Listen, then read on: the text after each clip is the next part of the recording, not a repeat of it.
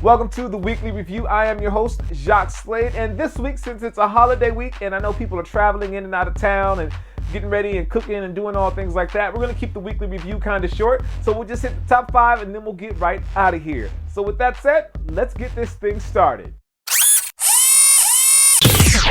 My kick's on fire. Starting things off today is another entry from the American Tall Tales line with New Balance called the Paul Bunyan. Now, for those who don't know, Paul Bunyan is actually a lumberjack from American folklore, which you can look up on Wikipedia. The shoes, however, are the New Balance 574, and they feature a tan, beige, and red hues over a suede and mesh mixture. They also feature a gum outsole, which definitely adds a nice touch to the overall design. The New Balance 574 Paul Bunyan from the American Tall Tales line is available now at select sneaker boutiques. Nike 6.0 put something special together for the ladies with a new dunk high in oxen brown.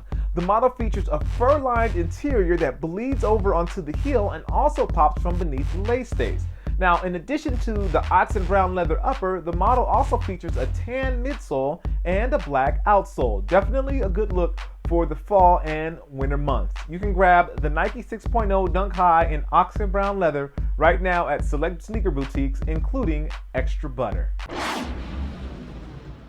While number 3 is not exactly a sneaker, the implications of the product, NeverWet, has a huge impact on the sneaker community and, well, your sneaker collection in general. The product basically coats your shoes and makes them super hydrophobic. What that means is that it basically allows them to repel water and heavy liquids. Now, there are a few exceptions, and you can read about it in the link below, but this definitely looks like a step in the right direction. You know, from my perspective, it looks like I'm gonna keep my white kicks crispy just a little bit longer. Let's move on to number 2. These days, it seems like Kanye West is a marketing genius. It seems like every week, whether it's via the paparazzi or someone's blurry cell phone photo, we get a picture or an image of the Nike Air Yeezy 2. This time we see the Nike Air Yeezy 2 in what is being called the Zen Grey colorway. The model looks pretty much exactly the same as the black version we've seen, except that it has Zen Grey over the majority of the upper, and it also has white to kind of contrast the Zen Grey. We see that pretty much everything else is still the same. The reptile or snake print is still on the ankle section, and we also see the glow-in-the-dark outsole is still there. Although this one can possibly be neon green, but because it's a cell phone photo, can't exactly tell if it's neon or if it's a cell phone, just the cell phone color saturation. Either way, we don't have any release information. We don't know yet, but you know that we will let you know as soon as we know, so that you know. You know?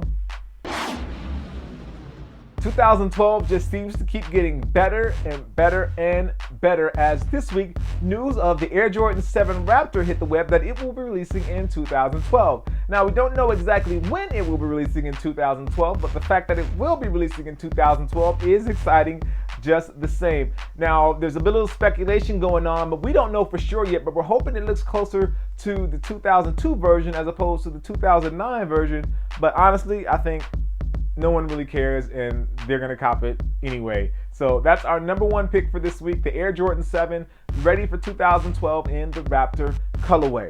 Well, that's gonna do it for the weekly review. As always, we appreciate you watching. We're keeping it short this week, no personal picks and no question of the video, just because, you know, it's the holiday week. If you do need something to watch, you can check out my Adidas performance review right there, or maybe last week's video, which is right there. If you want to just see something random, you can click up there. There's a random video that I'm going to link to just to kind of give you guys a little bonus, so to speak.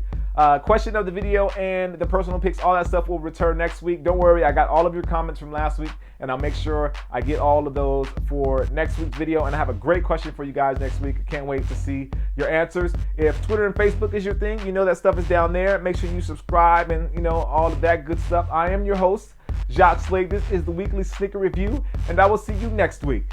Peace. Brightest foamposite I have ever seen. I mean, look at it. It's almost like it's glowing.